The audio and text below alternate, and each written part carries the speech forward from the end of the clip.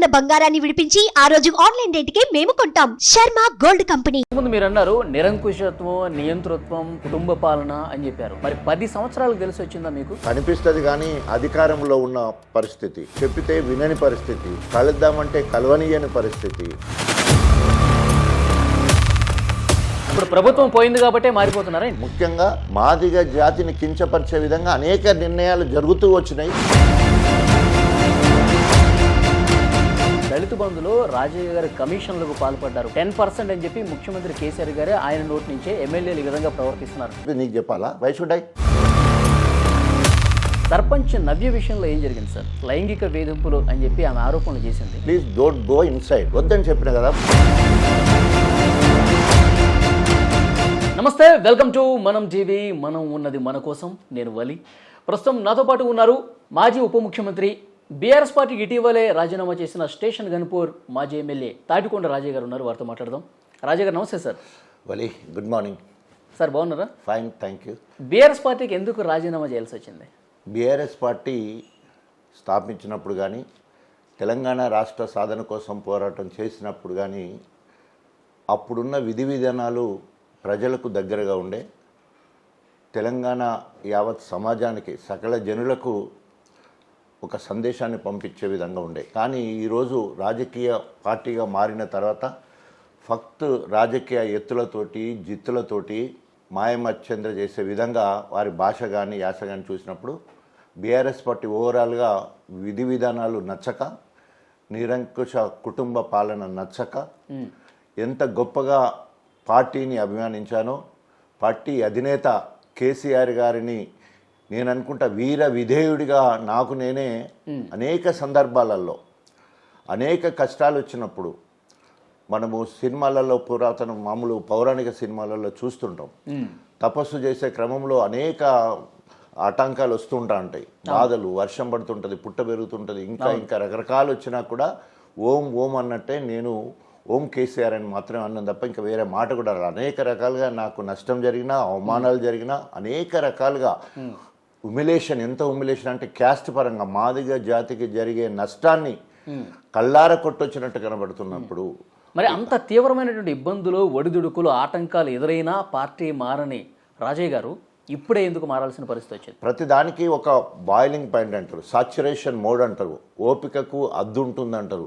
So అక్కడి వరకు peak స్థాయికి చేరిన తర్వాత తప్పకుండా ఒక్కొక్కసారి తండ్రి మీద కూడా కొడుకు తిరగబడే పరిస్థితులు మనం చూస్తుంటా ఉంటాం. సో ఆ రకంగా ఈరోజు జరిగిన పరిణామాలు చూసినప్పుడు మరి ఏ రకంగానైతే నిరాధారణకు గురవుతున్నానో అంత ఒబీడియంట్గా ఉన్నా. నేను ఒక ఛానల్ చెప్పుంటే ఏంటంటే, నేను చూపిన విధేయత కావచ్చు, మాదిగ జాతి బిడ్డగా నేను చేసిన త్యాగం కావచ్చు, అదేవిధంగా తెలంగాణ ఉద్యమంలో నేను పాల్గొన్న విధానం కావచ్చు, వీటిని అన్నీ చూసి నేను సచ్చే వరకు బీఆర్ఎస్ పార్టీలో నాకు టికెట్ ఇవ్వాలి గన్పూర్లో. సో 115 సీట్లు ఒకటేసారి కేటాయిస్తారు, దాంట్లో డాక్టర్ రాజయ్య పేరు ఉండదు. సో అంటే సౌమ్యుడిగా ఉంటే ఆయన ఏం చెప్పినా వింటాడు, బ్లాక్మెయిల్ చేసే వాళ్ళకి మాత్రం టికెట్ ఇవ్వాలని చెప్పే పరిస్థితి చూసినప్పుడు నిజంగా. ఇంతకుముందు మీరు అన్నారు నిరంకుశత్వం, నియంతృత్వం, కుటుంబ పాలన అని చెప్పారు. మరి 10 సంవత్సరాలకు తెలిసి వచ్చిందా మీకు? అంటే ఇప్పుడు ఏం చెప్పాను, ఫస్ట్ స్టార్టింగ్ ఒక్కటి నుండి మొదలవుతుంది. ఒకటి ఉన్నప్పుడు నిరంకుశ పాలన ఎక్కువ కనిపించదు, 10% ఉన్నప్పుడు అంతగా కనిపించదు, 15, 20, 30, 50 దాటిన కొద్దీ కనిపిస్తుంది. కానీ అధికారంలో ఉన్న పరిస్థితి, చెప్పితే వినని పరిస్థితి, కలుద్దామంటే కలవనీయని పరిస్థితి, మరి అగమ్య గోచరంగా మన రాజకీయ భవిష్యత్తు ఉన్నప్పుడు మరి మన కోసం జాతికి నష్టం జరుగుతూ ఉన్నప్పుడు, మాదిగ అస్తిత్వానికి, మాదిగ ఆత్మగౌరవానికి, చివరికి మాదిగ ఉనికి లేకుండా బీఆర్ఎస్ పార్టీలో చేయాలని చూసినప్పుడు తట్టుకోలేక ఈరోజు మరి అంటే మాదిగ ఉనికి లేకుండా ఆ పార్టీ చేస్తుందని ఏంటి ఉదాహరణలు ఏమున్నాయి? నేను మాదిగ వాడిని 100% చెప్తా కదా. నేను ఇప్పుడు వీరేశం ఉన్నాడు, ఈజ్ మాదిగ. అబ్రహాం ఉన్నాడు, ఈజ్ మాదిగ. సో ఇట్లా చెప్పుకుంటూ పోతే అనేక రకాలుగా ఇతర కులాలకు నామినేటెడ్ పదవుల విషయంలో కావచ్చు, సలహాదారుల విషయంలో కావచ్చు, రిటైర్డ్ అయిన ఐఏఎస్ ఐపీఎస్ అధికారులకు మళ్ళీ పోస్టింగ్ ఇచ్చే కార్యక్రమం కావచ్చు, వారి సేవలను వాడుకునే కార్యక్రమం, ఇట్లా చూసుకుంటూ వస్తే కొట్టొచ్చినట్టు వివక్ష. అందులో ఎస్సీలో ఉన్న పర్టికులర్గా మాదిగ కులం పైన వివక్ష నన్ను చాలా వేధించింది.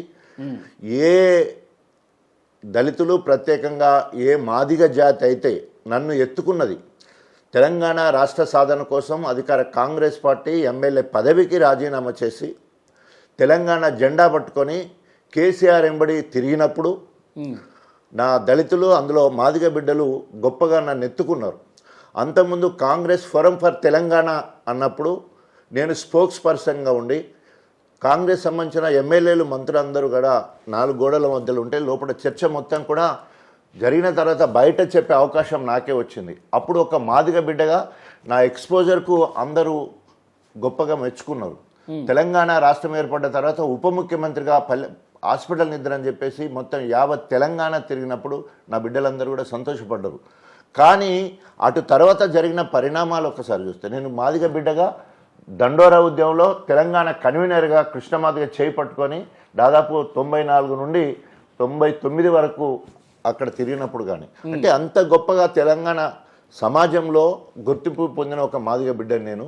మాదిగ అస్తిత్వం కోసం ఎప్పుడైతే నా వరకే వచ్చింది, ఇక రాజన్నకే టికెట్ లేదు, రాజన్న ఉనికే మటుమాయమైపోతుంది, రాజన్న ఆత్మగౌరవం మీద దెబ్బపడ్డా కూడా రాజన్న ఇంకా స్పందిస్తలేడు, రాజన్న నువ్వు బయటికి రా అన్న కూడా వీర విధేయుడుగా కేసీఆర్ను పట్టుకునే ఉన్న క్రమంలో ఇంకా రాబోయే రోజుల్లో కూడా ఇప్పుడు 6 నెలల కంటే ఇప్పుడు మాదిగలకు జరుగుతున్న అన్యాయం మీద, వివక్ష మీద మీరు అసంతృప్తిగా ఉండి బయటకు వస్తున్నారా, లేకపోతే కేవలం మీకు టికెట్ ఇవ్వలేదు కాబట్టి బయటకు వస్తున్న పరిస్థితి ఉందా? నేను ఓన్లీ టికెట్ అంత చిన్న స్థాయి కాదు, ఎందుకంటే వరుసగా 4 సార్లు గెలిచాను. ఆఖరిసారి 37,600 మెజార్టీతో గెలిచాను. అంతకుముందు ఉప ముఖ్యమంత్రిగా పనిచేశాను. ఇప్పుడు వచ్చే పోస్టులేమో అంతకంటే పెద్ద పోస్టులు కాదు, అంత పెద్ద కూడా కాకి లెక్క కలకాలం లెక్క కాకుండా కోకి లెక్క కొన్నాళ్ళ లెక్క ఉన్నంత కాలము గొప్పగా ప్రజలలో ఉన్నాం, ప్రజలకు సేవ చేశాం. దండోరా ఉద్యమంలో ఉన్నాం, దండోరా మాదిగ జాతికి సేవ చేశాం ఏబీసీల కోసం. అదేవిధంగా కాంగ్రెస్ ఫోరం ఫర్ తెలంగాణ ఉంటే అక్కడ సేవ చేయడం జరిగింది. తర్వాత ఉప ముఖ్యమంత్రిగా ఉన్నప్పుడు వైద్య ఆరోగ్య శాఖ మంత్రిగా వరంగల్కి హెల్త్ యూనివర్సిటీ తీసుకుపోవడం అంటే ఓన్లీ నేను అక్కడ పుట్టి పెరిగిన కాబట్టి, అంటే పరాకాష్ఠగా నా సర్వీసెస్ ఎక్కడున్నా కూడా వ్యక్తిత్వాన్ని చంపుకోకుండా, ఎక్కడున్నా వచ్చిన స్థాయిని మర్చిపోకుండా నా జాతి మాదిగ జాతి ఉనికి కోసం, మౌజనుల ఉనికి కోసం ఎప్పుడు తాపత్రయపడుతూనే ముందుకెళ్లే క్రమంలో ఇది పరాకాష్ఠకు వచ్చింది. ఎందుకు ఇప్పుడు రాజీనామా చేయవలసి వచ్చిందంటే, ఎమ్మెల్యే టికెట్ రాలా, అయినా కూడా ఒబీడియంట్గా ఉండి గన్పూర్కి గెలిపియాలి నువ్వు, అక్కడ కడియం శ్రీగారికి టికెట్ ఇస్తున్నాం, ఇక్కడ పల్లె రాజశేఖరరెడ్డికి జనగాం ఇస్తున్నాం, జనగాంకు మీరు ఇన్ఛార్జ్గా ఉండాలి, గణపురంలో గెలిపియాలని 2 నియోజకవర్గాలు నాకు బాధ్యత చెప్పి అప్పటికే అసంతృప్తిగా నన్ను పిలిచి రైతు బంధు సమితి చైర్మన్ అని చెప్పి, రేపు ప్రభుత్వం వస్తే ఎమ్మెల్సీ నీకే, ఎంపీ నీకే అని చెప్పేసి, ఒకసారి ప్రభుత్వం పోయింది, రైతు బంధు పోయింది, ఎమ్మెల్సీ పోయింది, ఎంపీ పోయింది, అన్ని పోయింది కాబట్టి మారిపోతున్నారా? నో, నాది పోలే. అనేక మంది, ఇప్పుడు చెప్పిన కదా, అనేక మంది దళితులలో ముఖ్యంగా మాదిగ జాతిని కించపరిచే విధంగా అనేక నిర్ణయాలు జరుగుతూ వచ్చినాయి. ఇది పరాకాష్ఠకు చేరింది. అధినాయకుడుగా నేను అందరినీ కాపాడవలసిన బాధ్యత నాకున్నప్పుడు, నాకే దిక్కులేని పరిస్థితి అయినప్పుడు మీరు ఉప ముఖ్యమంత్రి పదవి తొలగిపోయింది సార్, ఉప ముఖ్యమంత్రి పదవి మీరు దించేశారు.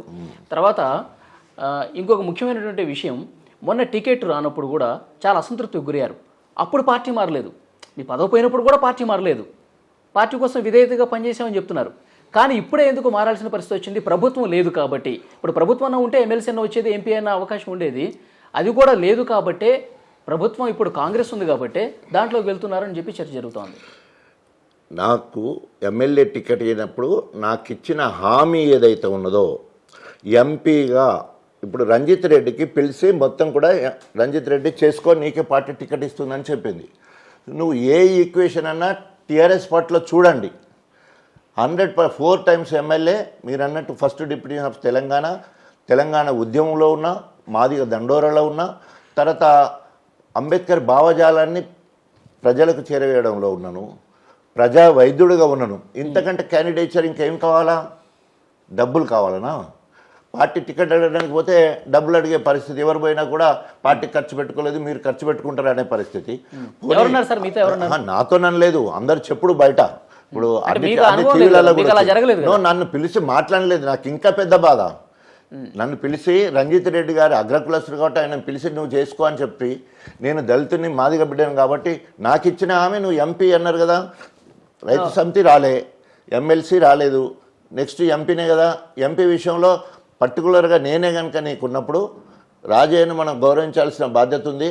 ఆయనకు అప్పచెప్పిన బాధ్యత 2 నియోజకవర్గాలు గెలిచినాయి. అభివక్త వరంగల్ జిల్లాలో 12 నియోజకవర్గాలు ఉంటే రాజయ్య ప్రాతినిధ్యం మధ్య గన్పూరు, రాజయ్య ఇన్ఛార్జిగా ఉన్న జనగాం గెలిచిందంటే దాంట్లో మన ప్రాతినిధ్యం ఉన్నది, మన పనితనం ఉన్నది అని తెలిసినప్పుడు అప్రిషియేట్ చేయాల్సిన అవసరం ఉంది కదా. పిలిచి పార్టీగా కనీసము పిలిచి మాట్లాడితే తృప్తిగా ఉంటుంది. మాట్లాడుకుంటే అంతరాలు దూరం అయితే అంటారు. సో మాట లేదు, ముచ్చట లేదు, మళ్ళీ ఎవరో చెప్పిన మాటలు వినుకుంటూ మళ్ళీ వాళ్ళకే పెద్దపీట వేసుకుంటూ పోతూ ఉంటే పార్టీకి గెలిచిన వాళ్ళు మాత్రమే అవసరమా? టికెట్ రాని వాళ్ళు అవసరం లేదా? ఓడిపోయిన వాళ్ళు అవసరం లేదా? ఓన్లీ గెలిచిన వాళ్ళతోటే రాజకీయాలు చేసుకుందంటే ఎంతమంది గెలిచినాం మనం? ఆలోచించాల్సిన బాధ్యత ఉంది.